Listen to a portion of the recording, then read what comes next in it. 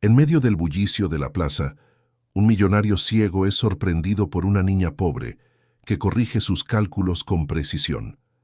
El video se vuelve viral, revelando que la niña tenía razón y evitó una pérdida millonaria. Conmovido, el empresario transforma su vida e inicia con ella un proyecto que cambia el destino de muchos. Si esta historia te interesó, no olvides suscribirte a nuestro canal y dinos desde qué ciudad nos estás viendo. Continuamos. La mañana del martes comenzó como cualquier otra para Emilio Mendoza.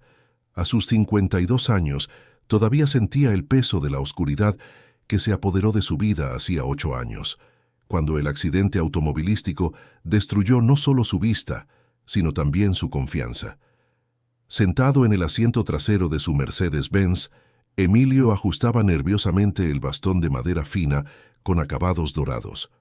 Un regalo de su difunta esposa, símbolo de una elegancia que ya no podía ver, reflejada en el espejo. «Señor Emilio, llegamos al Zócalo», anunció Carlos, su chofer, desde hacía casi una década. La voz del hombre cargaba una familiaridad reconfortante, pero Emilio sabía que detrás de ella había lástima, algo que lo consumía por dentro. Emilio respiró hondo, sintiendo el perfume caro de su traje hecho a medida mezclarse con el aroma de las jacarandas en flor de la plaza. Aunque no podía ver, lograba percibir el movimiento a su alrededor, el ruido de los coches, las conversaciones de los peatones, el trinar de los pájaros. Se colocó el audífono y pronto la voz de Marina, su asistente personal, resonó en su oído. «Emilio, los números del desarrollo inmobiliario de Polanco están en tu pantalla. Margen bruto del 42%, neto del 28%, dijo Marina con su voz siempre eficiente y precisa. 28% neto, ¿eso es correcto?», cuestionó Emilio, caminando lentamente por la banqueta con el bastón guiando sus pasos. Su imperio inmobiliario había sido construido con base en cálculos precisos, pero desde el accidente dependía por completo de su equipo. La sensación de vulnerabilidad lo atormentaba a diario. «Sí, considerando los costos de construcción y marketing», confirmó Marina. «El contrato se puede cerrar hoy mismo». Emilio se detuvo cerca de una banca de la plaza, sintiendo el sol de la mañana calentar su rostro. La fragancia de pan recién horneado venía de algún lugar cercano, mezclada con el perfume suave de las flores. Estaba a punto de confirmar el negocio cuando una voz delgada pero segura lo interrumpió. «Señor, creo que ese cálculo tiene un error». Emilio frunció el ceño. La voz era de una niña, por el tono. Se giró en dirección a la voz, intentando localizar de dónde venía. «Disculpe», preguntó Emilio confundido.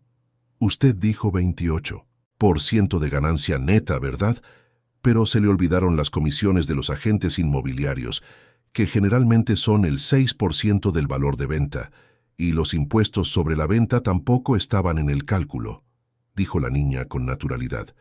Emilio sintió que el corazón se le aceleraba. Marina, al otro lado de la línea, se había quedado en silencio. Carlos, que observaba la escena de lejos, se acercó discretamente. «¿Tú entiendes de matemáticas financieras?», preguntó Emilio, su voz delatando una mezcla de incredulidad y curiosidad. «Un poquito. Mi mamá a veces trabaja en una inmobiliaria, haciendo el aseo. Yo me quedo sentada esperándola y escucho las pláticas de los vendedores», explicó la niña. «Siempre hablan de esas cuentas». Emilio tragó saliva. Su bastón tembló ligeramente en su mano. ¿Y crees que mi cálculo está mal? Si no consideró las comisiones, los impuestos sobre la venta, las comisiones bancarias y la inflación acumulada del periodo de construcción, entonces sí, la ganancia real debe ser mucho menor». El silencio que siguió fue pesado. Emilio sentía el sudor formarse en su frente, a pesar del clima templado. Marina, todavía en la línea, susurró. «Emilio, ¿quién es esa? ¿Niña?» «Marina, rehaz los cálculos, ahora. Incluye todo lo que ella mencionó», ordenó Emilio, su voz más tensa de lo que pretendía. «Pero Emilio, nosotros ya...» «Ahora, Marina». Mientras esperaba, Emilio permaneció de pie, tratando de procesar lo que acababa de suceder. Una niña desconocida Había cuestionado cálculos revisados por un equipo de profesionales. Lo peor de todo era que tenía la terrible sensación de que ella podría tener razón. «¿Cómo te llamas?», preguntó Emilio, intentando mantener la voz calmada. «Laura», respondió la niña tímidamente. «Laura García». «¿Cuántos años tienes, Laura?» 10 años. Emilio sintió una opresión en el pecho. Cuando tenía su edad, apenas sabía hacer multiplicaciones, y ahí estaba una niña cuestionando proyecciones financieras de millones de pesos. El audífono crepitó de nuevo. «Emilio», la voz de Marina estaba tensa. Ella tiene razón. La ganancia neta real sería de apenas el 18%, no el 28%. Si hubieras cerrado el contrato con las proyecciones equivocadas». Emilio sintió que las piernas le flaqueaban. Carlos se acercó de inmediato para apoyarlo. «Señor, ¿está todo bien?» 18%, murmuró Emilio, más para sí mismo. «No 28%. Se giró de nuevo en dirección a Laura, pero solo pudo sacudir la cabeza, aturdido. Una diferencia de 10 puntos porcentuales en un proyecto de ese tamaño significaba una diferencia de casi 3 millones de pesos. 3 millones que podrían haber costado el empleo de decenas de trabajadores, comprometido proyectos futuros y manchado irreversiblemente su reputación en el mercado. «Laura», comenzó Emilio, pero su voz falló. Intentó de nuevo. ¿Cómo una niña de 10 años puede saber eso?» «Pongo atención a las cosas», respondió Laura simplemente. «Y me gustan los números. Tienen sentido, ¿sabe? No mienten». Emilio permaneció inmóvil, procesando no solo el error evitado, sino también la profundidad de esa respuesta. Los números no mienten. A diferencia de las personas a su alrededor que frecuentemente le ocultaban la verdad por lástima, los números eran implacables en su honestidad. Durante 8 largos años desde el accidente, se había acostumbrado al tono condescendiente de la gente. «A los no se preocupe, señor Emilio, y deje que nosotros nos encarguemos». Su mente volvió al día del accidente. Conducía tarde en la noche, regresando de una reunión importante, cuando un camión se pasó el alto. Lo último que recordaba era el ruido ensordecedor del metal retorciéndose. Cuando despertó en el hospital 3 días después, su esposa se había ido y su vista nunca más volvió. Desde entonces había construido murallas a su alrededor, dependiendo solo de su equipo de confianza. «¿Señor Emilio?» Carlos le tocó suavemente el brazo, notando que su patrón estaba perdido en sus pensamientos. «¿Quiere que lo lleve de vuelta al coche?» «No», respondió Emilio, todavía aturdido. Respiró hondo, sintiendo el aroma a café que venía de alguna panadería cercana. «¿Laura sigue ahí?» «Aquí estoy», confirmó la niña, su voz ahora un poco más distante. Emilio quería decir algo, agradecerle, tal vez, o preguntarle más sobre cómo había llegado a esa conclusión. Pero las palabras no salían. Su mente era un torbellino, procesando no solo el error financiero, sino también el golpe devastador a su orgullo. Cómo un hombre que había construido un imperio de 200 millones de pesos basado en la precisión matemática, había sido salvado por una niña de 10 años. Al otro lado de la plaza, Roberto, el asistente de Marina, observaba la escena con curiosidad. Sin darse cuenta del todo de lo que estaba haciendo, levantó discretamente su celular y comenzó a grabar la interacción. Había algo fascinante en esa conversación entre el empresario más respetado de la ciudad y una niña desconocida. «Marina», dijo Emilio al audífono, su voz cargada de urgencia, «cancela el contrato inmediatamente. No firmes nada hasta que revisemos todo». «Emilio, pero el plazo vence a las 5 de la tarde. Si cancelamos ahora, perdemos 6 meses de trabajo», argumentó Marina preocupada. «Prefiero perder la oportunidad a perder 3 millones por negligencia», respondió Emilio. «Y Marina, investiga a esa niña. Descubre quién es». «Eso es inusual». «¿Por qué?» Emilio dudó. ¿Cómo explicar que una niña había sacudido toda su confianza profesional? «Solo haz lo que te pido», murmuró. Laura observaba a Emilio, de lejos, sentada en la banca con su bolsa de frutas. No entendía por qué el hombre elegante parecía tan perturbado. Para ella, las matemáticas eran simples. Los números estaban bien o estaban mal. Roberto seguía grabando y en un impulso publicó el video en sus redes sociales con una leyenda simple. Momento curioso. Una niña corrige los cálculos de un empresario en la plaza. En menos de una hora, el video había sido compartido decenas de veces. En 2 horas, cientos. Al final de la tarde, ya había superado las 50.000 visualizaciones. Y esa noche, cuando Laura regresó a la humilde casita donde vivía con su mamá desempleada, no tenía idea de que se había convertido en una sensación en las redes sociales. Mucho menos imaginaba que su vida tranquila estaba a punto de ponerse completamente de cabeza. Laura despertó con el ruido incesante de su celular roto vibrando sobre la mesa de plástico. Eran las 6 de la mañana de un jueves que comenzaba igual a todos los demás en su vida, con la preocupación estampada en el rostro de su madre, Consuelo, que ya llevaba 2 horas despierta tratando de estirar el dinero para el desayuno. «Hija, ese teléfono no para de sonar», murmuró Consuelo, sus 43 años pareciendo 60 debido a las noches mal dormidas. «Debe ser algún problema con la compañía». Laura tomó el aparato con manos temblorosas. La pantalla estrellada mostraba decenas de notificaciones de redes sociales. Su cuenta había sido creada meses antes por una prima. Lo que vio la dejó completamente confundida. Cientos de mensajes, miles de comentarios y un número imposible de vistas en un video donde ella aparecía. «Mamá», llamó Laura, su voz casi un susurro. «Creo que pasó algo». Consuelo se acercó, todavía sosteniendo la taza de café ralo que sería su único desayuno. Cuando vio la pantalla, sus ojos se abrieron como platos. «Dios mío, Laura, ¿qué es todo esto?». Laura comenzó a leer. «Eres un genio. Esa niña es más inteligente que muchos economistas». Pero había otros, mucho menos amables.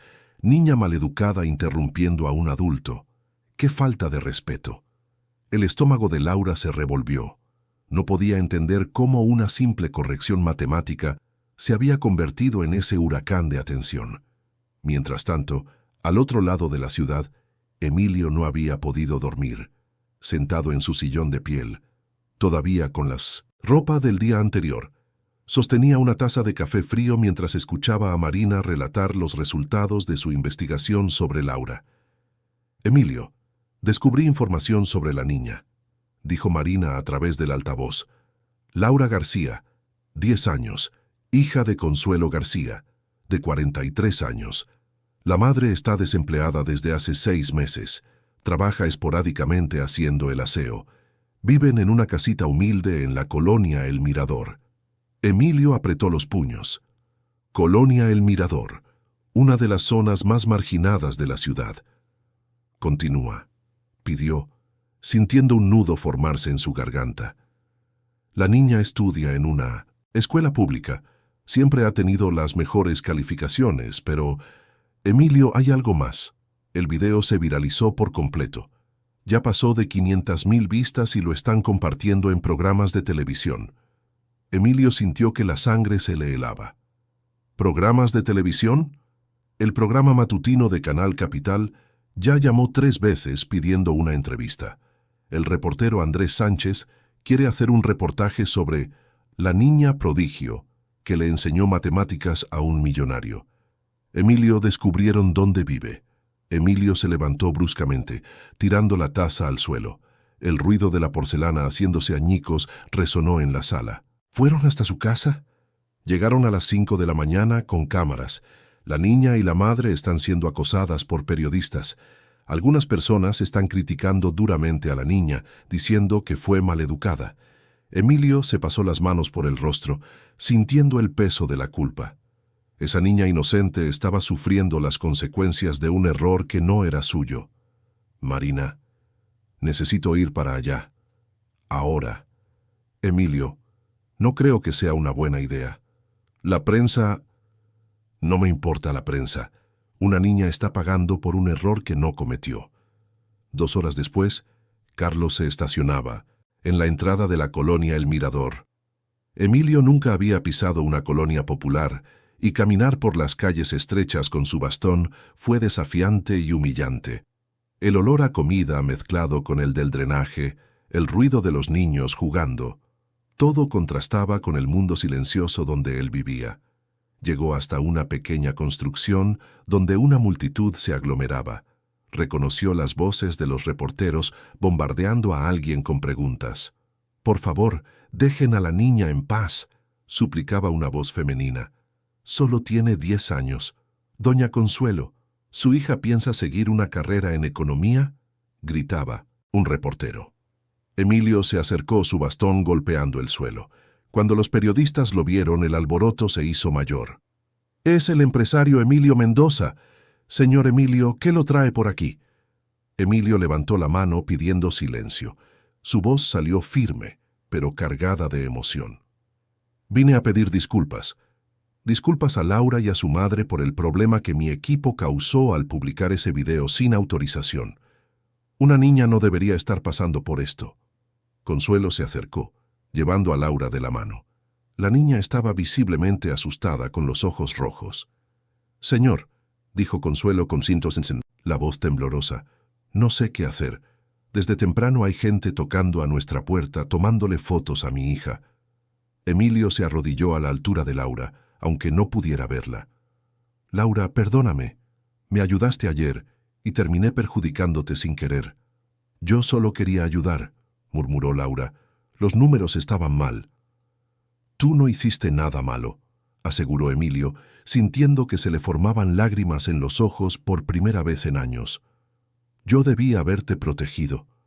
Los reporteros seguían grabando, pero a Emilio ya no le importaba. Se levantó y se dirigió a las cámaras. «Les pido a todos los medios de comunicación que respeten la privacidad de esta familia. Laura es una niña de 10 años que no pidió estar en el centro de una polémica creada por adultos irresponsables». Cuando Emilio finalmente regresó a casa, encontró a Marina esperándolo con una expresión grave. «Emilio, el video de tu visita a la colonia también se viralizó. Las redes sociales están divididas entre quienes te consideran un héroe y quienes te acusan de estar usando a la niña para marketing personal». Emilio se desplomó en su sillón. «¿Qué más, Marina?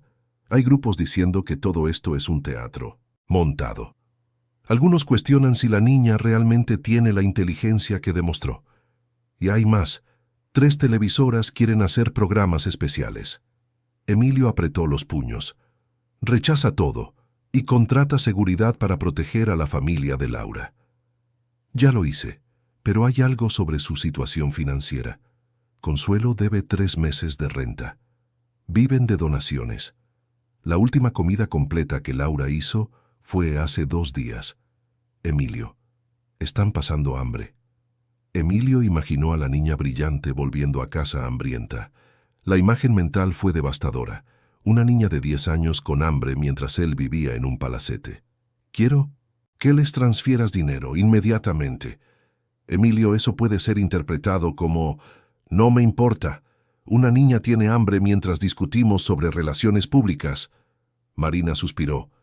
«Esto probablemente se filtrará a la prensa. Van a decir que estás tratando de comprar su silencio o que es solo una jugada de marketing». Emilio se levantó, caminando hacia la ventana. Aunque no podía ver, sentía el calor del sol en el rostro y oía los sonidos de la ciudad. Una ciudad donde niños geniales pasaban hambre, mientras empresarios como él vivían en palacios de cristal. «Entonces que digan lo que quieran. Prefiero ser acusado de intentar limpiar mi imagen que dormir sabiendo que dejé a una niña pasar necesidad por mi culpa». La culpa lo consumía.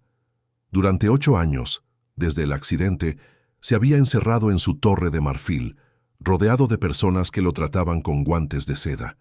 Había perdido el contacto con la realidad de millones de mexicanos que luchaban por sobrevivir.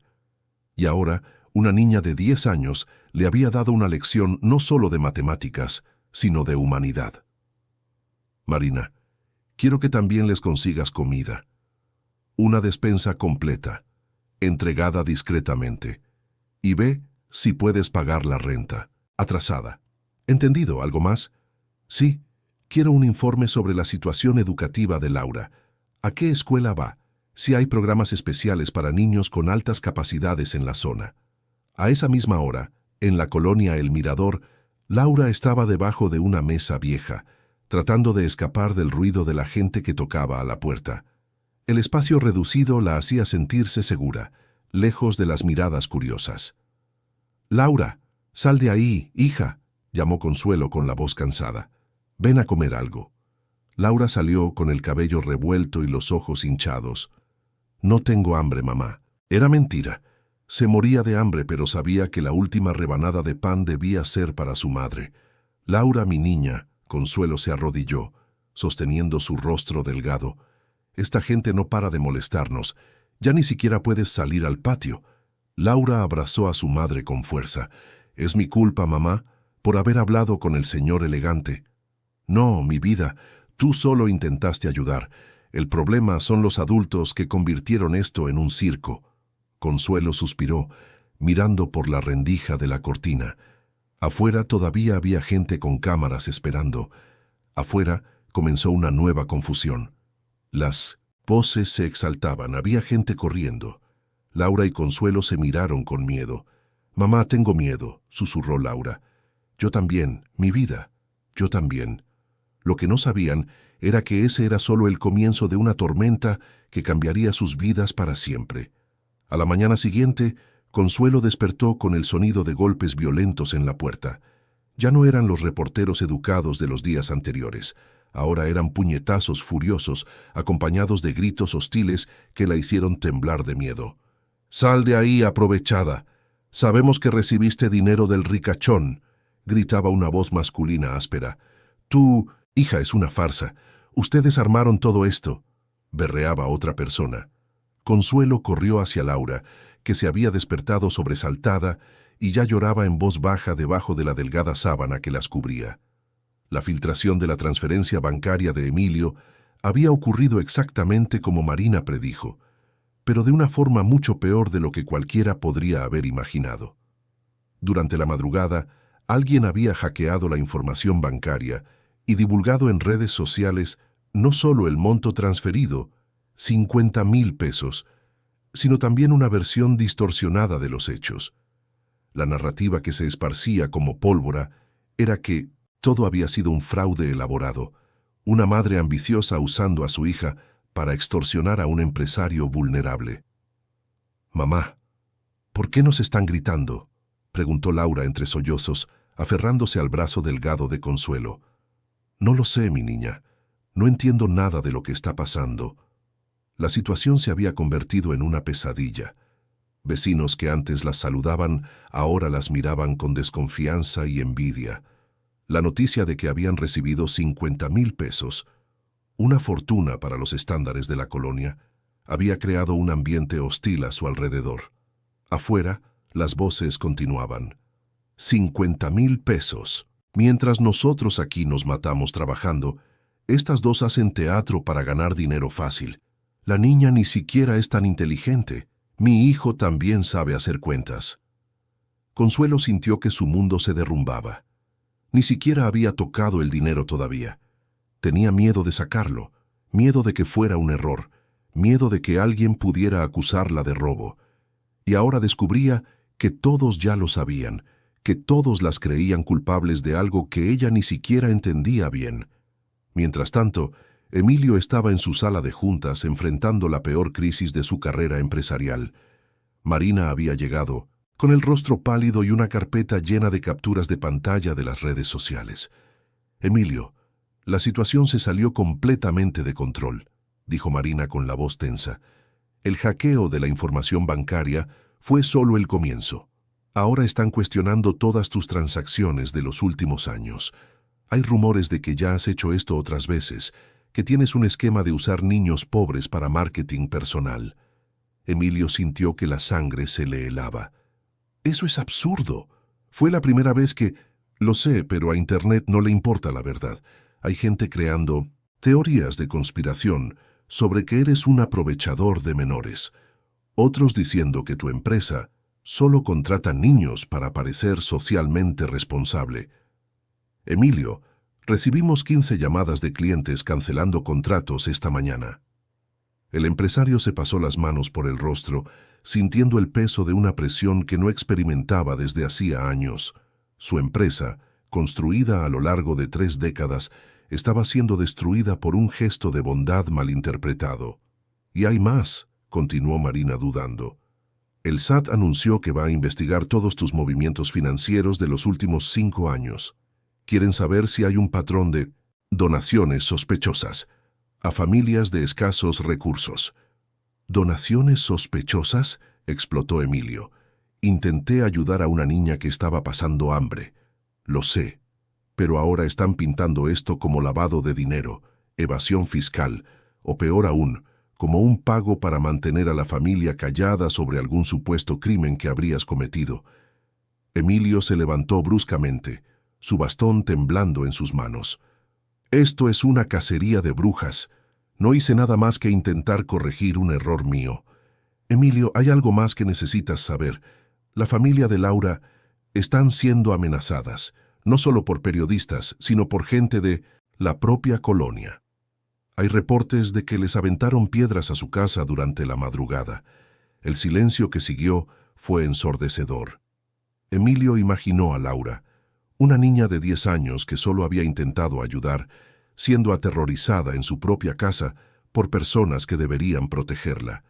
«Dios mío», murmuró, «¿qué he hecho?». En la colonia El Mirador, la situación se había vuelto insoportable.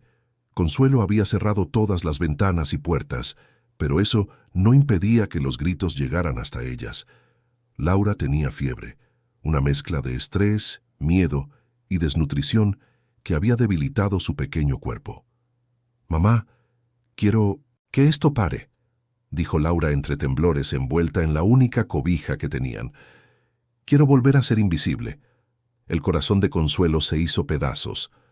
Su hija, que siempre fue una niña alegre y curiosa, ahora quería ser invisible. La atención que debería haberlas ayudado se había transformado en una maldición. «Escucha, Laura», dijo Consuelo sentándose en el borde de la cama improvisada. «Vamos a salir de aquí.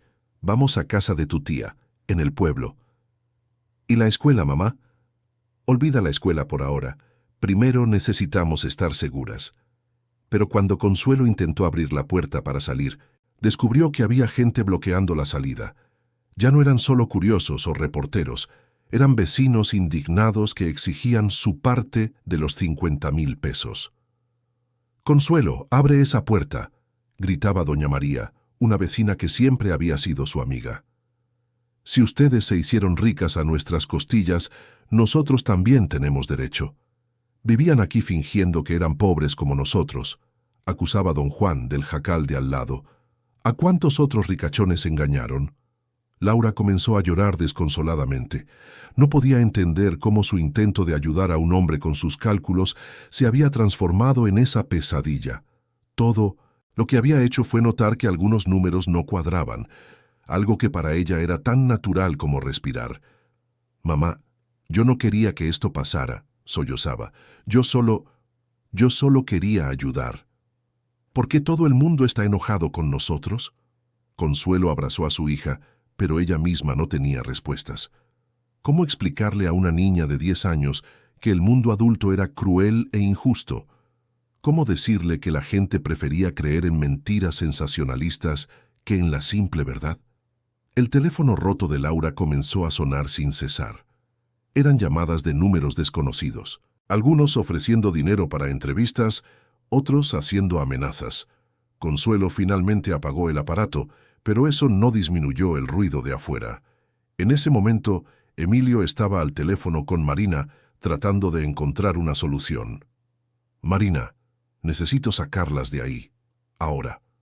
«Emilio, cualquier movimiento tuyo será interpretado como una admisión de culpa.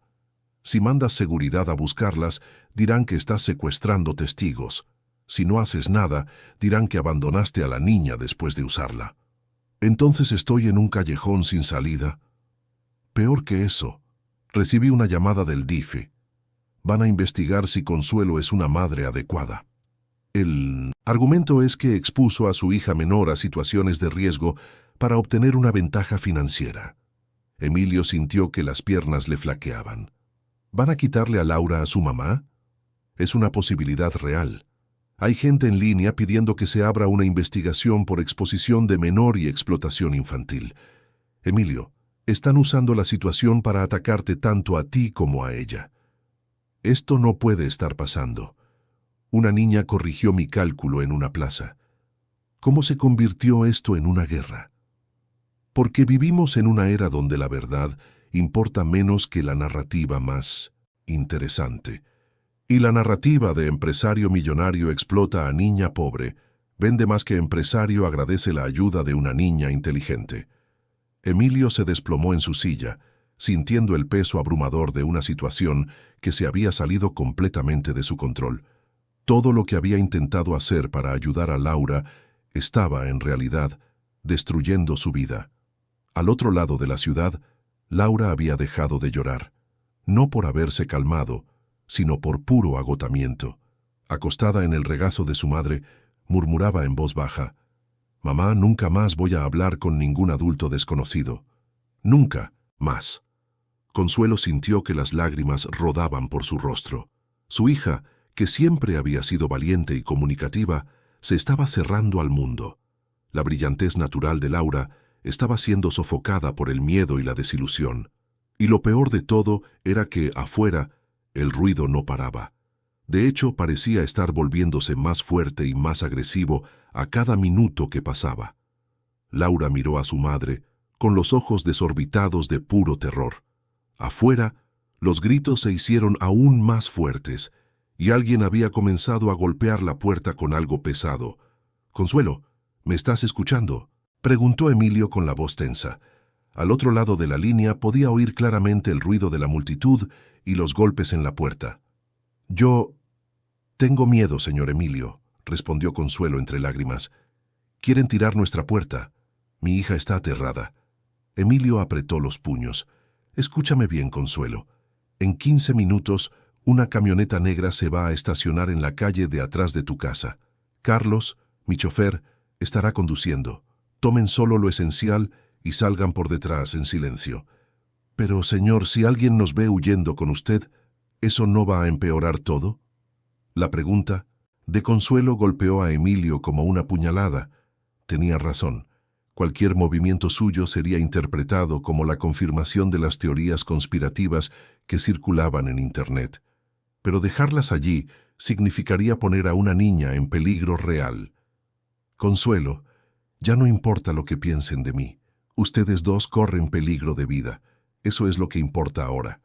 Afuera, la situación se había vuelto caótica. Un grupo de vecinos se había unido a los periodistas, creando dos facciones: los que apoyaban a Laura y los que la acusaban de ser una farsa. «Dejen a la niña en paz, bola de envidiosos», gritaba una mujer. «Farsa, todo montado», replicaba otra voz. «50,000 pesos, y nosotros aquí pasando necesidad», berreaba un hombre. Laura estaba acurrucada en el rincón más alejado de la casa, tapándose los oídos y meciéndose, un movimiento que había desarrollado para calmarse. «Mamá, ¿por qué la gente se volvió mala?», preguntó con la voz quebrada. «Yo solo dije que el cálculo estaba mal». «¿Por qué eso es tan malo?».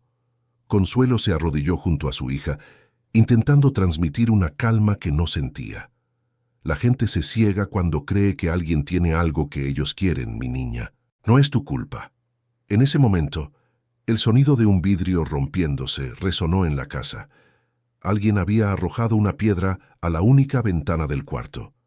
Consuelo jaló a Laura lejos de los pedazos, sintiendo que el pánico se apoderaba de ella por completo. «Listo, ahora están rompiendo nuestra casa», dijo Consuelo al teléfono con la voz histérica. «Señor Emilio, acepto su ayuda, pero si algo le pasa a mi hija por esto...». «No va a pasar nada», interrumpió Emilio, aunque él mismo no estaba del todo seguro. «Carlos ya está en camino. Quédense en el suelo, lejos de las ventanas». Mientras tanto, al otro lado de la ciudad, Emilio enfrentaba su propia tormenta. Marina había llegado con noticias aún peores. «Emilio, la situación en la empresa se volvió insostenible. El consejo directivo quiere tu renuncia. Emilio sintió que el suelo se abría bajo sus pies. ¿Renuncia? ¿Por qué? Los contratos cancelados ya suman 15 millones en pérdidas. Los bancos están reevaluando los financiamientos de nuestros proyectos. Y lo peor, hay rumores de que la Policía Federal va a abrir una investigación por supuesto lavado de dinero a través de donaciones falsas. Marina, eso es absurdo. Fue una transferencia única por compasión. Lo sé, pero están pintando un cuadro donde supuestamente hacías esto desde hace años. Encontraron algunas donaciones antiguas tuyas a instituciones de beneficencia y están cuestionando todas. Emilio, están construyendo un caso en tu contra. Emilio se desplomó en su silla. En una semana, había pasado de ser un empresario respetado a un sospechoso de crímenes federales. Todo por haber intentado ayudar a una niña. Y hay más, continuó Marina dudando. Tu excuñada Patricia dio una entrevista a la televisión diciendo que siempre fuiste raro con los niños y que ella siempre desconfió de ti. Está insinuando cosas terribles, Emilio. La sangre de Emilio se heló. Patricia siempre lo había odiado, desde los tiempos en que estaba casado con su hermana. Había encontrado la oportunidad perfecta para destruirlo públicamente. ¿Qué tipo de cosas está insinuando? Que podrías tener tendencias inapropiadas con menores, que tus donaciones eran en realidad pagos para mantener a niños y familias callados sobre supuestos abusos. Emilio sintió náuseas. Eso es monstruoso. ¿Cómo puede inventar algo así? Porque sabe que, en una situación como esta, la mentira se esparce más rápido que la verdad. Emilio, necesitas un abogado penalista. Ahora. En Pi, la colonia El Mirador, Carlos había llegado con la camioneta, pero la situación era peor de lo que Emilio imaginaba. La pequeña calle estaba bloqueada por coches de reporteros y por la multitud. No había forma de llegar a la parte de atrás de la casa sin ser visto. Carlos llamó a Emilio. «Señor, es imposible. Hay gente por todos lados. Si intento sacarlas, se va a armar un escándalo aún mayor». Al otro lado de la línea, Emilio oía a Consuelo llorar y a Laura gritar de terror. Alguien había comenzado a patear la puerta principal y la madera, frágil, estaba cediendo. «Carlos, no importa el escándalo. Entra ahí y sácalas ahora». Pero cuando Carlos bajó de la camioneta, fue reconocido de inmediato por los periodistas. «Es el chofer del empresario», gritó alguien. Emilio Mendoza mandó a buscarlas. Las cámaras se volvieron hacia Carlos, que intentaba abrirse paso entre la multitud. «Quítense de enfrente», gritaba, pero había demasiada gente. Dentro de la casa, la puerta principal finalmente cedió. 3 hombres entraron seguidos por cámaras de televisión. Consuelo se arrojó frente a Laura, intentando protegerla. «¡Salgan de mi casa!», gritaba desesperada. «No tienen derecho a entrar aquí». «¿Dónde está el dinero?», preguntó uno de los hombres claramente alterado. «¿Dónde están los 50,000? No he agarrado nada todavía. El dinero está en el banco», respondió Consuelo temblando. «Mentira. Ya se lo gastaron todo y ahora se hacen las víctimas». Laura estaba en pánico total, gritando y llorando incontrolablemente. Las cámaras grababan todo. Una niña de 10 años siendo aterrorizada en su propia casa por adultos furiosos. Carlos finalmente logró llegar hasta ellos, pero para entonces había al menos 20 personas dentro de la pequeña casita. «¡Salgan todos de aquí!», berreó, intentando imponer su autoridad. «Miren al matón del ricachón», gritó alguien. Vino a buscar a sus cómplices. La situación se había convertido en un caos total. Carlos logró tomar a Laura en brazos y a Consuelo de la mano, pero al salir de la casa fueron recibidos por una multitud aún mayor. Flashes de cámaras explotaban por todos lados, se gritaban preguntas y algunas personas intentaban bloquear el camino hacia la camioneta. «¡Laura! ¡Laura! ¿Qué tienes que decir sobre el dinero?», gritaban los reporteros a una niña que apenas podía respirar de tanto llorar. «Consuelo, ¿es verdad que planearon todo esto?», preguntaban a una madre que estaba claramente en estado de shock. Carlos se abrió paso a la fuerza hasta la camioneta. Metió a Laura y a Consuelo en el asiento trasero y aceleró. Pero, mientras se alejaban, fueron seguidos por al menos 5 coches de reporteros. «Mamá, me quiero morir», murmuró Laura, acurrucada en el asiento. «Quiero que todo esto pare. Me quiero morir». Consuelo sintió que el corazón se le partía. Su hija de 10 años estaba hablando de la muerte, algo que debería estar muy lejos de la realidad de cualquier niño. «No digas eso, mi vida, no vuelvas a decir eso nunca». Pero Laura se había cerrado por completo. Ya no respondía, ya no miraba, solo se mecía repetitivamente, perdida en su propio mundo de terror e incomprensión. Carlos miró por el retrovisor y vio que los estaban siguiendo. Peor aún, helicópteros de televisoras habían aparecido en el cielo, grabando la camioneta desde arriba. «¿A dónde, señor?», preguntó Carlos al teléfono. Emilio estaba en pánico total. «No sé, Carlos. Si las llevas a mi casa, dirán que las estoy secuestrando. Si las llevas a un hotel, dirán que estoy escondiendo pruebas. Ya no sé qué hacer». Y mientras la camioneta huía por las calles de la ciudad, seguida por reporteros terrestres y aéreos, una niña de 10 años que solo había intentado corregir un cálculo matemático estaba viendo su infancia completamente destruida ante los ojos de millones de mexicanos. En el asiento trasero, Consuelo intentaba cubrir a Laura, pero la niña estaba en estado catatónico. Sus ojos estaban abiertos, pero no reaccionaba a nada. «Laura, mi niña, háblame», suplicaba Consuelo, pero no había respuesta. «Carlos, ve al hospital», decidió Emilio por teléfono. «Laura necesita atención médica». «Señor, si la llevamos al hospital se va a armar un circo todavía más grande», advirtió Carlos. Consuelo sintió un nuevo miedo. «Señor Emilio, si internan a mi hija, pueden usar eso para decir que soy una madre negligente. El DIF podría quitármela». Emilio sabía que tenía razón. Cualquier señal de fragilidad sería usada en su contra. En ese momento, el teléfono sonó. Era Marina. «Emilio, acaban de anunciar en la tele que la Policía Federal va a pedir tu prisión preventiva mañana. Las acusaciones incluyen lavado de dinero». «¿Prisión preventiva? ¿Por ayudar a una niña?» «Están construyendo un caso donde tú serías el líder de una red de explotación infantil». Emilio colgó, derrotado. En una semana lo había perdido. Todo. Pero lo peor era saber que Laura seguiría sufriendo. En la camioneta, Laura había dejado de mecerse.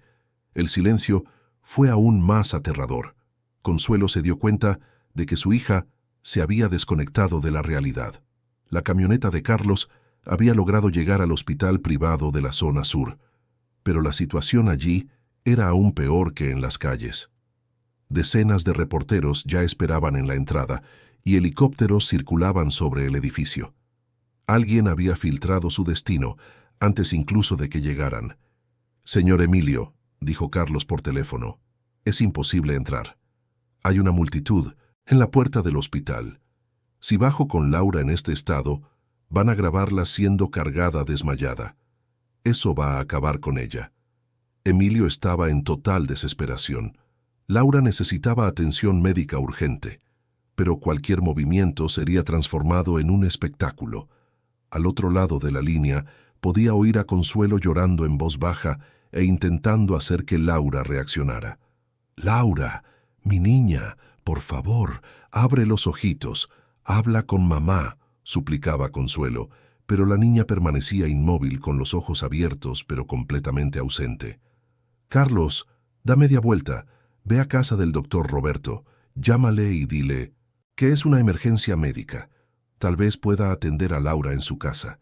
«Señor, pero si vamos a casa de un médico amigo suyo, van a decir que están combinando una versión falsa de los hechos, que están falsificando un dictamen médico».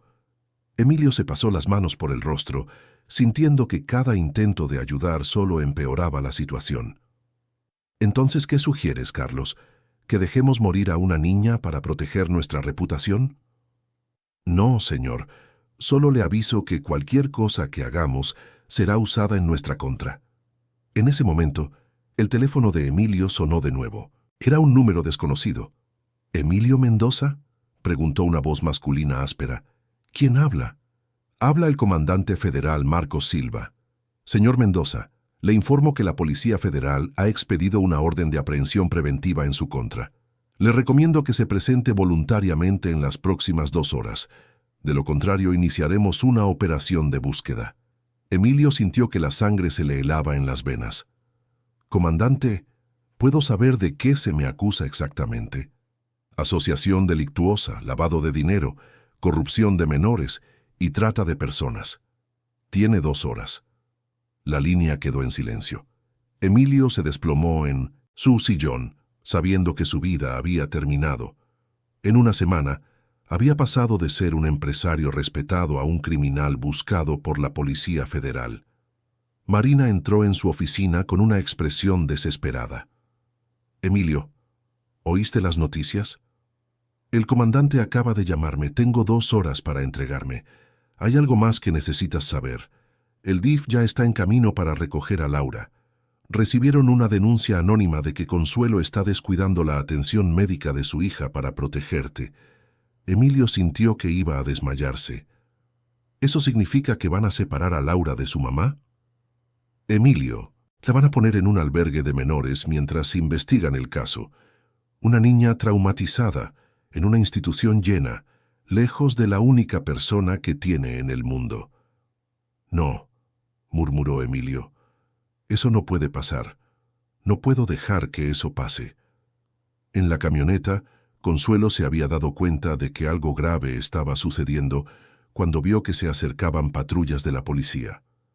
Carlos intentaba maniobrar para evitarlas, pero las calles estaban cada vez más congestionadas con vehículos de prensa y curiosos. «Carlos, ¿qué está pasando?», preguntó Consuelo, apretando a Laura contra su pecho. «Señora, parece que el DIF viene a buscar a la niña», respondió Carlos con la voz tensa. «¿A buscarla? ¿Por qué? Yo no hice nada malo. Solo estoy tratando de proteger a mi hija». Consuelo abrazó a Laura aún más fuerte, pero la niña permanecía inerte.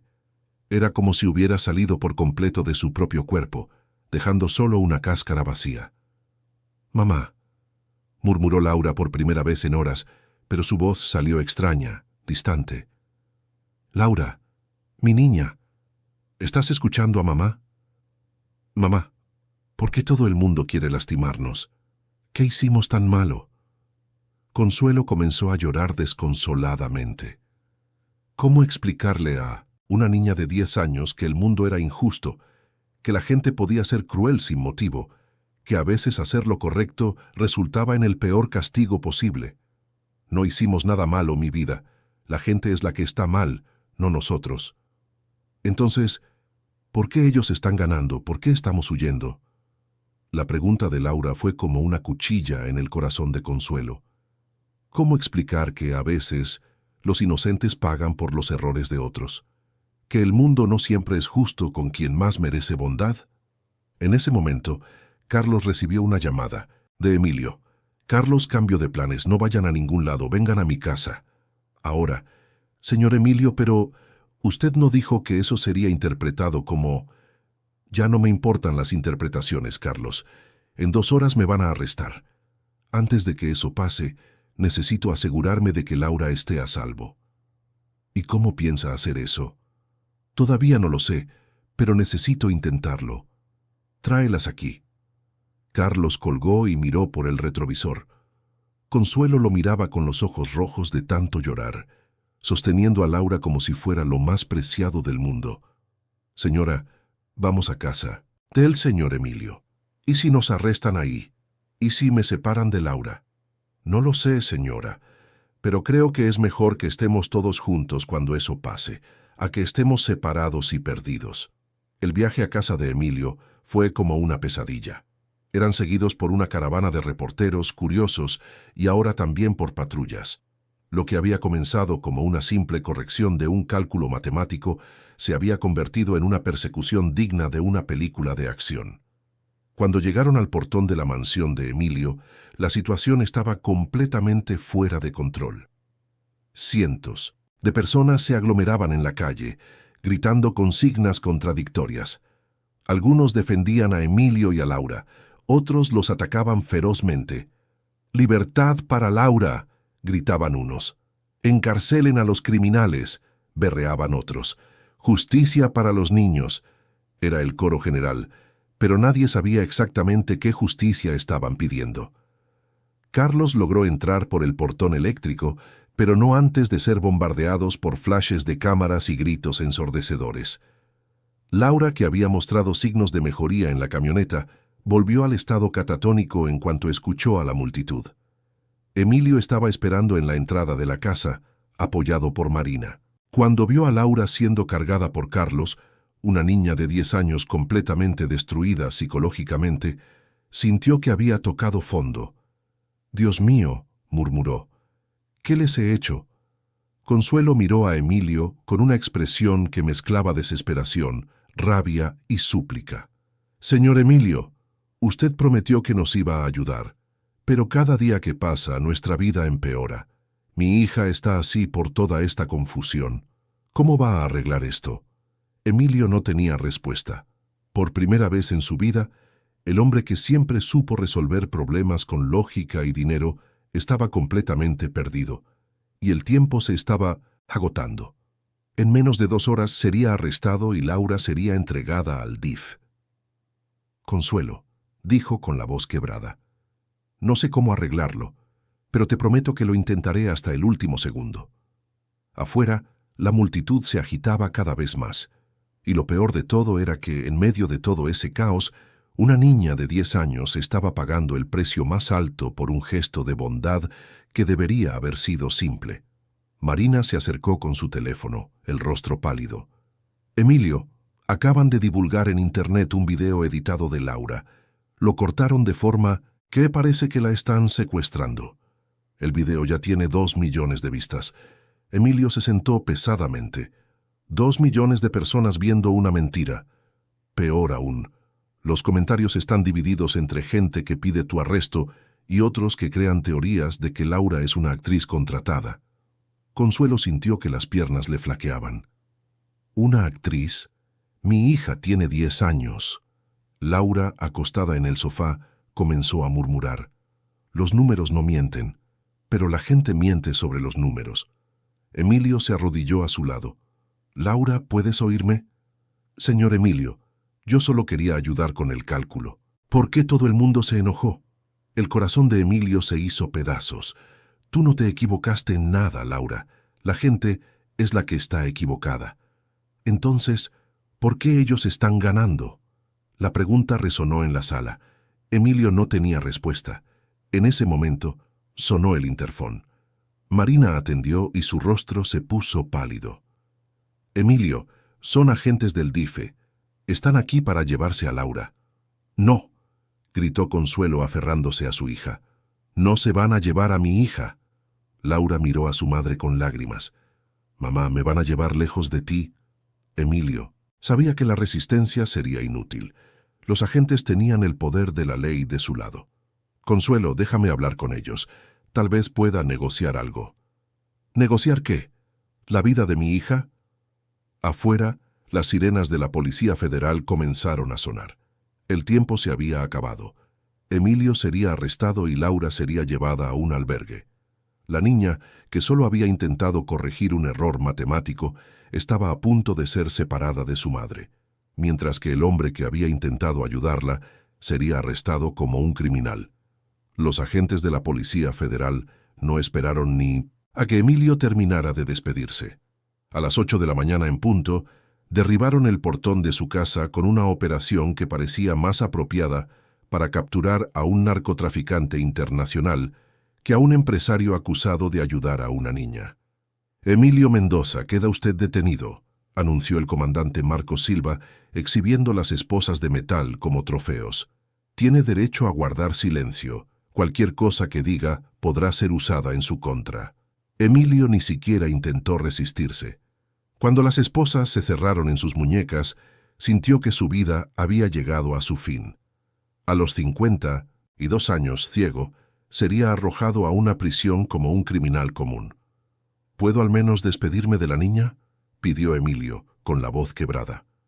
«No hay tiempo para eso», respondió el comandante fríamente. «Y además, considerando las acusaciones de trata de personas, es mejor que se mantenga lejos de ella. En el mismo instante, por la puerta trasera, entraban los agentes del DIF. La coordinación entre las dos dependencias no era coincidencia. Todo había sido planeado para ocurrir simultáneamente, creando el máximo impacto mediático posible. Laura estaba acurrucada en el sofá cuando vio acercarse los uniformes.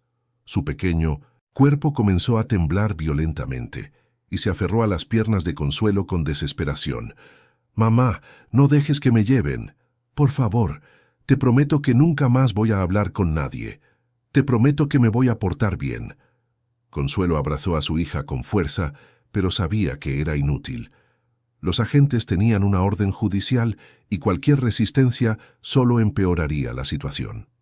«¿Laura García?», preguntó la trabajadora social Marcia Sánchez, una mujer de mediana edad con expresión severa. «Vas a venir con nosotros. Es por tu propio bien». «No», gritó Laura, escondiéndose detrás de su madre. «No quiero ir. Yo no hice nada malo».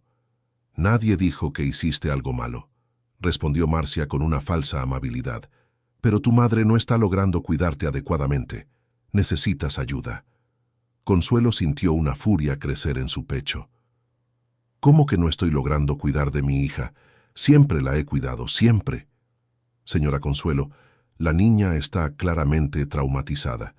Necesita atención psicológica especializada, algo que usted no puede ofrecerle. Entonces, ayúdenme a conseguir esa atención. ¿Por qué tienen que quitármela?». La pregunta de Consuelo resonó en la sala, pero nadie respondió. La verdad era que separar a Laura de su madre crearía un espectáculo mayor, alimentaría más la curiosidad pública, generaría más audiencia para los noticieros. Emilio, que estaba siendo llevado por los federales, pudo oír los gritos de Laura siendo separada de su madre. El sonido le partió el corazón como una cuchilla. «Por favor», le imploró al comandante, «dejen que se queden juntas. La niña ya ha sufrido demasiado». «Señor Mendoza, usted está siendo detenido por crímenes contra menores. Su opinión sobre el bienestar de esta niña no es relevante». Afuera, las cámaras captaban todo. Emilio siendo subido a la patrulla de la Policía Federal, esposado y con la cabeza gacha. Laura siendo cargada a la fuerza por los agentes del DIF, gritando y pataleando como un animal herido. Consuelo cayendo de rodillas al suelo, impotente para proteger a su hija. Las imágenes recorrieron el mundo en cuestión de minutos, pero, dependiendo del medio de comunicación, recibían interpretaciones completamente diferentes. Para algunos, era la imagen de una terrible injusticia cometiéndose contra inocentes. Para otros, era la justicia finalmente haciéndose contra aprovechados que habían engañado al país entero. En la camioneta del DIF, Laura había entrado en pánico total. Gritaba, pateaba, intentaba abrir las puertas, suplicaba que la llevaran, de vuelta con su madre. Marcia Sánchez intentaba calmarla con tranquilizantes, pero Laura se negaba a tomar nada. «¿A dónde me van a llevar?», preguntó Laura entre sollozos. «A un lugar seguro, donde recibirás los cuidados adecuados. Quiero a mi mamá, quiero a mi mamá». «Tu mamá también necesita ayuda, Laura. Se reencontrarán cuando ella esté mejor». Era mentira, y Laura lo sabía. Incluso con solo 10 años, era demasiado inteligente para creer en falsas promesas. Entendía que había sido separada de su madre por el dinero, por la confusión que se creó, por los adultos que transformaron su intento de ayudar en un circo de horrores. En la patrulla, Emilio estaba en silencio. Cada ruido era un recordatorio de que su vida había terminado. Pero lo que más lo atormentaba era saber que Laura estaba sufriendo por su culpa. «Comandante, ¿cuál es exactamente la evidencia en mi contra, además de la transferencia bancaria?». El comandante dudó. «Hay un patrón en sus donaciones que sugiere algo más que filantropía». «¿Qué tipo de patrón?». «Siempre a familias con niños, siempre cantidades altas, siempre seguidas de encuentros personales». Emilio sintió indignación. «Siempre he donado a familias necesitadas, y claro que me reunía con las familias. Quería conocer a quienes estaba ayudando».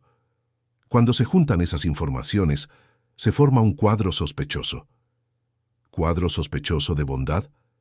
¿De intentar ayudar a quien lo necesita? ¿De usar su posición para acercarse de forma inapropiada a menores?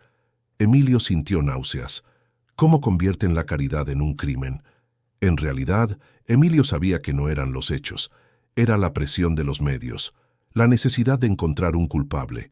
Se había convertido en el chivo expiatorio perfecto. Mientras tanto, Laura estaba siendo llevada al albergue Santa Esperanza, una institución de menores en la periferia de la ciudad. El lugar era limpio y organizado, pero frío como un hospital. Había otros niños allí, pero todos parecían haber perdido algo esencial de su humanidad: el brillo en los ojos, la esperanza en el futuro. «Laura», dijo Marcia Sánchez, «esta será tu casa temporal. Los otros niños te ayudarán a adaptarte». «No quiero adaptarme. Quiero irme. Eso no es posible ahora. Tu madre primero necesita demostrar que puede cuidar de ti adecuadamente». «¿Cómo va a demostrarlo si ustedes no la dejan intentarlo?». La pregunta de Laura dejó a Marcia sin respuesta. La lógica cruel del sistema era exactamente esa. Primero, separaban a las familias, luego exigían que demostraran ser capaces de permanecer juntas. Esa noche, Emilio estaba en una celda de la Policía Federal, acostado en una cama de concreto, escuchando los ruidos de la prisión. Al otro lado de la ciudad, Laura estaba en una cama individual en un albergue, rodeada de niños desconocidos, llorando en voz baja para no molestar a nadie. Consuelo estaba sola en su casa vacía, sosteniendo el único juguete que Laura había olvidado, un oso de peluche gastado que le habían regalado a los 5 años.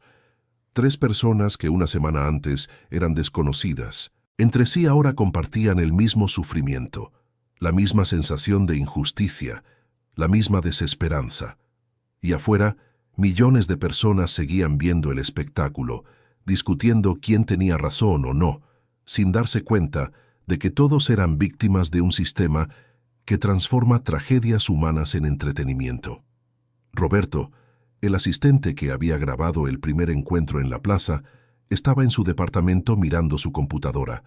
Había recibido decenas de llamadas ofreciendo enormes sumas por el video original. 50,000 pesos por el video completo, le había dicho un productor de televisión.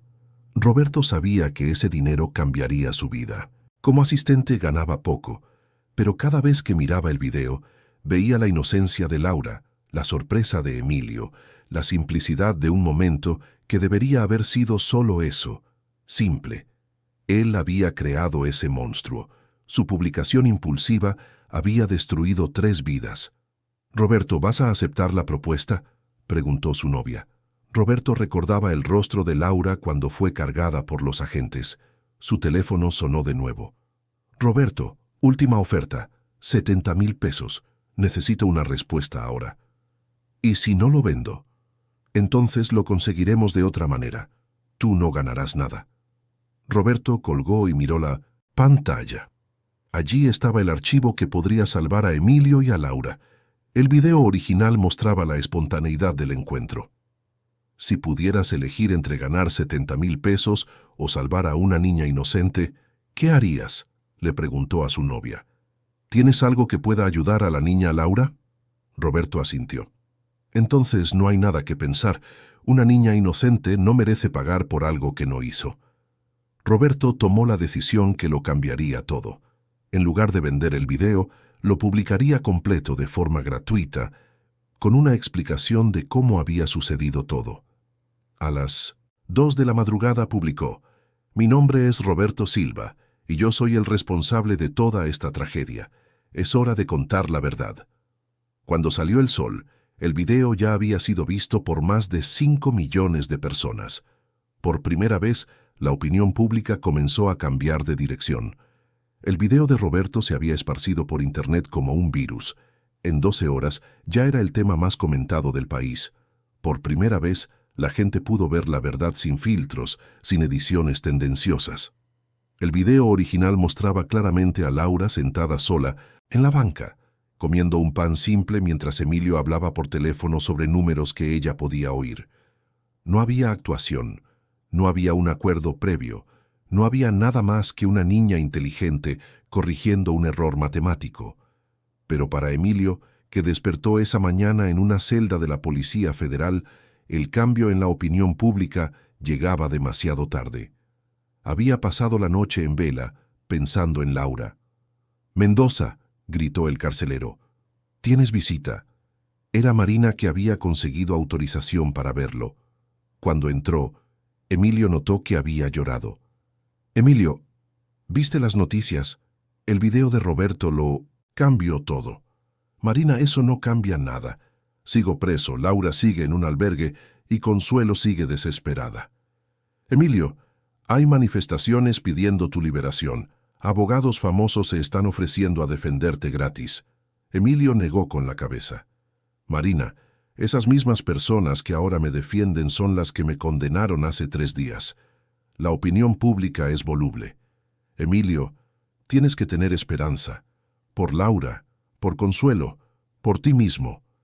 Pero Emilio había perdido la esperanza. 3 noches en una celda lo habían cambiado. Había visto cómo el sistema trataba a los menos favorecidos, cómo la justicia podía ser arbitraria, cómo la vida de una persona podía ser destruida por interpretaciones malintencionadas. Al otro lado de la ciudad, Laura estaba sentada en una cama estrecha en el albergue Santa Esperanza, mirando por la ventana con rejas que daba a un patio interior gris. Había otras 12 niñas en el dormitorio, pero no hablaba con ninguna. Desde que llegó, solo había dicho las palabras estrictamente necesarias. «Laura», dijo Marcia Sánchez, acercándose a la cama, «hay gente de la tele que quiere hablar contigo. Quieren oír tu versión de la historia». Laura giró el rostro hacia la pared. «No quiero hablar con nadie. Laura, puede ser una oportunidad para que cuentes la verdad, para que la gente entienda que no hiciste nada malo. Ya conté la verdad. Nadie me creyó. ¿Por qué me creerían ahora?» Marcia suspiró. Era imposible argumentar con la lógica cruel de una niña de 10 años que había perdido la fe en los adultos. «Tu mamá está tratando de recuperarte. Contrató a un abogado». Por primera vez en días, Laura mostró alguna reacción. Sus ojos se llenaron de lágrimas. «Mi mamá consiguió dinero para un abogado». Algunas personas que vieron el video de Roberto se movilizaron para ayudarlas. «Hay una campaña en Internet para recaudar fondos para su defensa». Laura cerró los ojos, tratando de procesar la información. Extraños en Internet estaban ayudando a su familia, mientras que el gobierno, que debería protegerla, la había separado de su madre. «¿Cuándo puedo volver a casa?» «Todavía no lo sé, Laura. Estas cosas tardan, pero tu mamá no se va a rendir». Mientras tanto, Consuelo estaba en la sala de un despacho de abogados en el centro de la ciudad. El licenciado Andrés Rivera se había ofrecido a representar a la familia gratuitamente después de ver el video de Roberto.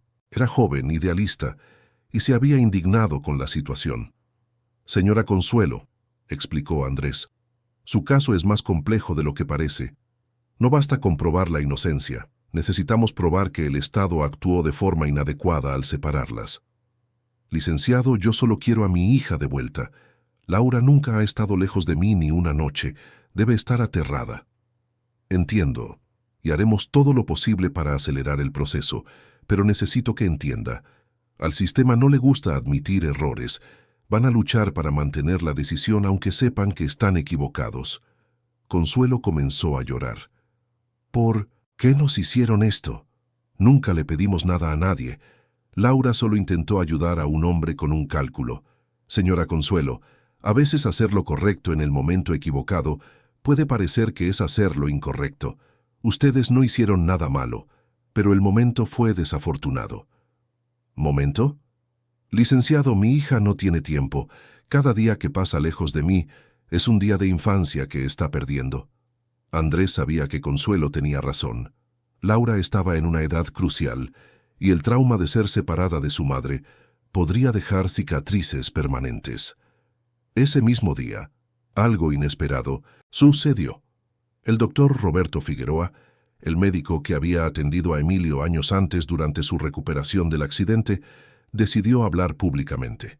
Había seguido toda la situación por las noticias y ya no podía quedarse callado. En una conferencia de prensa improvisada en la puerta de su consultorio, el doctor Figueroa habló. Conocí a Emilio Mendoza hace 8 años, cuando se estaba recuperando del accidente que le quitó la vista. Era un hombre devastado, que había perdido no solo la visión, sino también a su esposa. Durante meses de tratamiento, vi cómo luchó por reconstruir su vida, cómo se dedicó a ayudar a otros que pasaban por dificultades similares. El médico hizo una pausa, claramente emocionado. Las acusaciones contra Emilio Mendoza no solo son falsas, sino ofensivas. Conozco a pocos hombres con tanta integridad como él.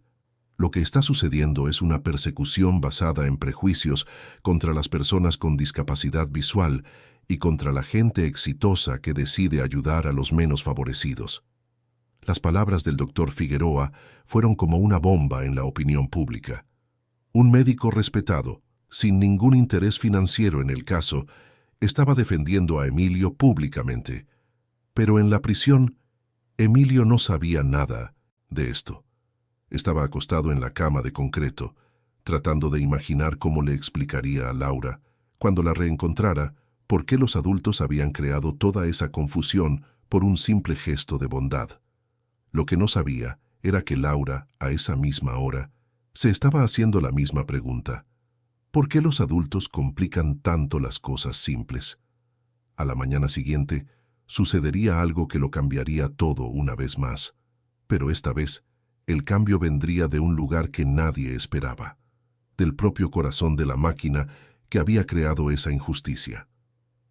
La jueza responsable del caso, la LIC, Elena Cárdenas, tenía una hija de la misma edad que Laura, y cuando vio las imágenes de la niña siendo cargada a la fuerza, sintió algo que no esperaba sentir: el dolor de una madre viendo a una niña inocente ser castigada por los errores de los adultos. Por primera vez en sus 20 años de carrera, la LIC, Elena comenzó a cuestionar si la ley estaba siendo justa o si simplemente se estaba aplicando. Mientras tanto, en las redes sociales, el hashtag Justicia para Laura se había convertido en el tema más comentado del país. Millones compartían el video original de Roberto. Pero para consuelo, esta movilización virtual era solo un eco distante.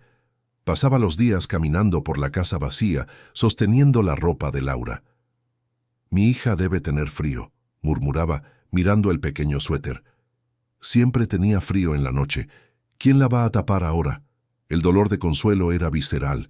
Era como si le hubieran arrancado una parte de su cuerpo. Había dejado de comer, pasaba las noches en vela y había desarrollado una tos nerviosa. En el albergue, Laura había comenzado a presentar comportamientos preocupantes. Había dejado de hablar con los otros niños y pasaba horas dibujando números en pedazos de papel. «Son los cálculos que hice ese día», le explicó a Marcia Sánchez. «Estoy revisando de nuevo. Si yo estoy equivocada, tal vez todo esto pare». La respuesta le partió el corazón a Marcia. Una niña creía que podía deshacer una injusticia rehaciendo cálculos. «Laura, tú tenías razón. El problema no son los números». «Entonces, ¿por qué está pasando esto?». Marcia no tenía respuesta. En la prisión, Emilio enfrentaba a sus demonios. Los otros presos lo trataban con curiosidad y desconfianza. «Oye, ciego», dijo Josué, preso por robo, «¿es verdad que estás aquí por ayudar a una niña?». Emilio asintió. «Intenté ayudar. Salió mal». «Eso es una locura. En mi barrio, quien ayuda a un niño se vuelve un héroe. Aquí afuera se vuelve un criminal». Emilio había perdido 8 kilos en una semana. Su piel estaba pálida, sus ojos sin brillo. La depresión se había apoderado de él. Laura había desarrollado un ritual. Todos los días, a las 3 de la tarde, cuando solía llegar de la escuela, se sentaba en la ventana esperando que Consuelo apareciera. «Estoy esperando a mi mamá. Ella siempre llega a las 3. Laura, tú, mamá no sabe dónde estás». «Entonces, ¿por qué no le dicen?». La lógica simple de Laura dejó a Marcia sin palabras. Ese día, la barra de abogados emitió un comunicado pidiendo la revisión del caso. El colegio de médicos hizo lo mismo. Niños de varias escuelas comenzaron a protestar. saliendo de las aulas con pancartas: «Queremos a Laura de vuelta, justicia para nuestra amiga». El doctor Figueroa recibió cientos de llamadas de médicos que conocían a Emilio. Todos contaban la misma historia: un hombre generoso que había ayudado a sus instituciones sin pedir reconocimiento. Era en este momento de creciente presión que la jueza Elena Cárdenas tomaría la decisión más importante de su carrera. Capítulo 8. La mañana del viernes, la jueza Elena Cárdenas llegó al juzgado más temprano de lo habitual. Había pasado toda la noche releyendo el expediente de Emilio y Laura, y por primera vez en 20 años de carrera, cuestionaba profundamente una decisión que había tomado. Elena tenía una hija de 9 años, Sofía, solo un año menor que Laura. La noche anterior, Sofía le había preguntado sobre el caso que salía en la televisión. «Mamá, ¿por qué esa niña no puede estar con su...?» «Mamá, ¿hizo algo muy malo?» «No, mi vida, no hizo nada malo». «Entonces, ¿por qué los adultos la separaron de su mamá?» Elena no pudo responder. ¿Cómo explicarle a una niña de 9 años que, a veces, el sistema de justicia comete errores irreparables? Esa mañana tomó la decisión más valiente de su vida. Llamó a su secretario para pedir una audiencia de urgencia para esa misma tarde. «Licenciada, pero no es el protocolo». «Marcos, hay momentos en que el protocolo debe dejarse de lado en nombre de la justicia». Mientras tanto, Emilio estaba en la celda, acostado en silencio. Había perdido por completo la esperanza. Marina lo había visitado la víspera con más noticias sobre la movilización popular, pero él sabía que los cambios en el sistema legal eran lentos, burocráticos. Laura podría pasar meses en un albergue hasta que la justicia admitiera el error. «Mendoza», gritó el carcelero, «recoja sus cosas, va a una audiencia». Emilio frunció el ceño. «¿Qué audiencia?» No había nada programado. «Urgencia de la jueza. Vámonos». Al otro lado de la ciudad, Marcia Sánchez llegó al albergue Santa Esperanza con una orden judicial que la dejó confundida. «Laura», llamó a la niña, que, como todos los días a las 3 de la tarde, estaba sentada en la ventana esperando que Consuelo apareciera. «Ponte tu mejor ropa. Vas a salir de aquí». «¿A dónde? ¿A otro albergue?» «No lo sé, Laura. La jueza quiere verte». Laura sintió que el corazón se le aceleraba. Durante toda su vida, los jueces eran figuras distantes, casi míticas. Ahora iba a conocer a una personalmente. «Marcia, ¿hice algo malo?» «No, Laura. Al contrario». Consuelo estaba en casa cuando el licenciado Andrés Rivera llamó. «Señora Consuelo, necesita venir corriendo al juzgado. La jueza programó una audiencia de emergencia. Hoy en 1905, la tarde podrían reencontrarse». Consuelo comenzó a temblar. «Licenciado, ¿eso es verdad?» «Señora, nunca he visto a una jueza programar una audiencia de urgencia para revocar una decisión propia». A las 2 de la tarde, la sala estaba llena. Emilio entró esposado. Laura entró acompañada de Marcia Sánchez, buscando desesperadamente a Consuelo. Cuando madre e hija se vieron, el mundo se detuvo. Laura corrió hacia su madre. Consuelo se arrodilló y abrió los brazos. «Mi niña, mi vida», lloraba Consuelo. «Mamá te extrañó tanto». «Mamá, yo sabía que ibas a venir por mí», sollozaba Laura. La jueza Elena observaba con lágrimas en los ojos. «Convoqué esta audiencia porque cometí un grave error, un error que separó a una familia inocente». Un murmullo recorrió la sala. Después de revisar todas las pruebas, especialmente el video original, queda claro que no hubo ningún delito. Lo que hubo fue un acto de bondad interpretado de forma maliciosa. «Señor Emilio Mendoza», continuó la jueza, «queda usted en libertad inmediata. Laura regresa inmediatamente al cuidado de su madre». La sala estalló en aplausos. Emilio sintió que le quitaban las esposas. Laura corrió hacia él y lo abrazó. «Señor Emilio, gracias por defenderme», dijo en voz baja. «Laura, gracias por enseñarme que los números no mienten. Pero más importante, gracias por enseñarme que hacer lo correcto vale la pena, aunque parezca que no». 6 meses después, Emilio estaba en una escuela en la colonia El Mirador, la misma donde vivía Laura. La escuela ahora llevaba su nombre, Escuela de Educación Financiera Emilio Mendoza. Había usado la polémica para crear algo positivo. Emilio había invertido en educación para niños de bajos recursos. «Niños», dijo Emilio a una clase, «hoy vamos a aprender sobre porcentajes, y quien me va a ayudar es la profesora Laura». Laura, ahora con 11 años, se había convertido en profesora asistente. Había aprendido que su inteligencia matemática debía ser compartida. «Profesor Emilio», dijo Laura con una sonrisa, «les voy a enseñar el mismo cálculo que le enseñé a usted ese día en la plaza». Emilio sonrió. «Y espero que esta vez nadie convierta una clase de matemáticas en un desastre». Los niños rieron. La historia de Emilio y Laura se había convertido en una leyenda en la colonia, como un ejemplo de que hacer lo correcto siempre tiene su recompensa al final. Consuelo, que ahora trabajaba como coordinadora de la escuela, observaba de lejos. Su hija había crecido mucho. La dolorosa experiencia la había hecho más madura. «Laura», dijo Consuelo al final de la clase, «¿no te arrepientes de haber hablado con el señor Emilio ese día?». Laura pensó, «Mamá, si no hubiera hablado, él habría perdido 3 millones de pesos, y hoy no existiría esta escuela». «¿Y crees que todo el sufrimiento valió la pena?». «Mamá, aprendí que hacer lo correcto no significa que las cosas vayan a salir bien de inmediato. A veces duele mucho primero, pero al final siempre vale la pena». Emilio, que escuchaba de lejos con su bastón, dorado en la mano, sonrió. Laura había aprendido en 11 años lo que muchos adultos nunca aprenden, que la integridad vale la pena. Esa tarde, cuando salían de la escuela juntos como siempre, Laura preguntó, «Señor Emilio, ¿todavía se enoja con la gente que nos hizo sufrir?». Emilio se detuvo y pensó, «Laura, aprendí que guardar rencor a la gente que nos lastimó solo nos lastima más. Es mejor usar esa energía para construir algo bueno, como esta escuela, como nuestra amistad, como la lección que le mostramos al mundo, que una niña inteligente y un adulto de buen corazón pueden cambiar las cosas, incluso cuando todo parece perdido». Laura sonrió y tomó la mano de Emilio. Consuelo caminó a su lado.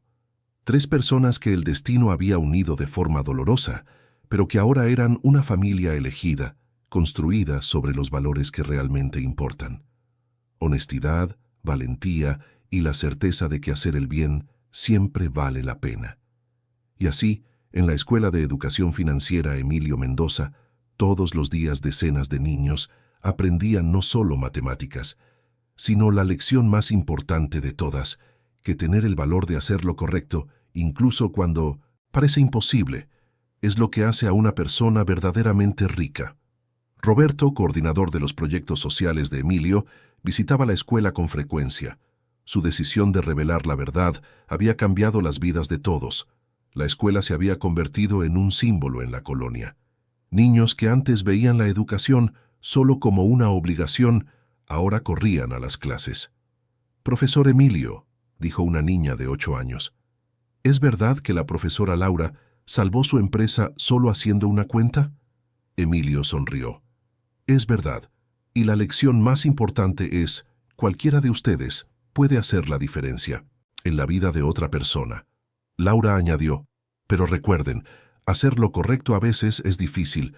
La gente puede no entender al principio, pero si están seguros de que están haciendo el bien, nunca se rindan».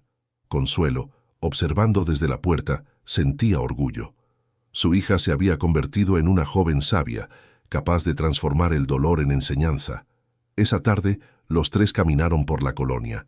La gente los saludaba con cariño. Emilio ya no era visto como el ricachón, sino como el hombre que había traído esperanza para sus hijos. «¿Saben?», dijo Emilio deteniéndose en la plaza, donde todo comenzó. «Solía pensar que mi ceguera era mi mayor limitación. Hoy me doy cuenta de que me enseñó a ver con el corazón». «Y yo aprendí que ser diferente no es malo», dijo Laura sentándose en la banca. «Ser inteligente no es motivo para tener vergüenza». Consuelo se sentó entre ellos. Y yo aprendí que una madre puede ser pobre en dinero, pero rica en orgullo. El sol se ponía, pintando el cielo de dorado. Era el fin de otro día en la nueva vida que habían construido, una vida basada en la certeza de que siempre hay luz al otro lado para aquellos que no se rinden en hacer lo correcto. Fin de la historia. Queridos amigos, esperamos que la historia de Emilio y Laura haya tocado su corazón. Si te emocionaste con esta jornada de superación, deja tu like, suscríbete al canal y cuéntanos en los comentarios qué parte te marcó más. ¿Fue el primer encuentro en la plaza? ¿La valentía de Consuelo al proteger a su hija? ¿O la determinación de Emilio de transformar su dolor en algo positivo? Todos los días traemos historias que revelan cómo una actitud de bondad puede transformar vidas. Historias que nos hacen creer que hacer lo correcto siempre vale la pena al final. Te esperamos en el próximo episodio, con más emoción e historias que te harán reflexionar sobre la honestidad, el valor y la solidaridad. Porque a veces, las lecciones más valiosas vienen de los momentos más difíciles.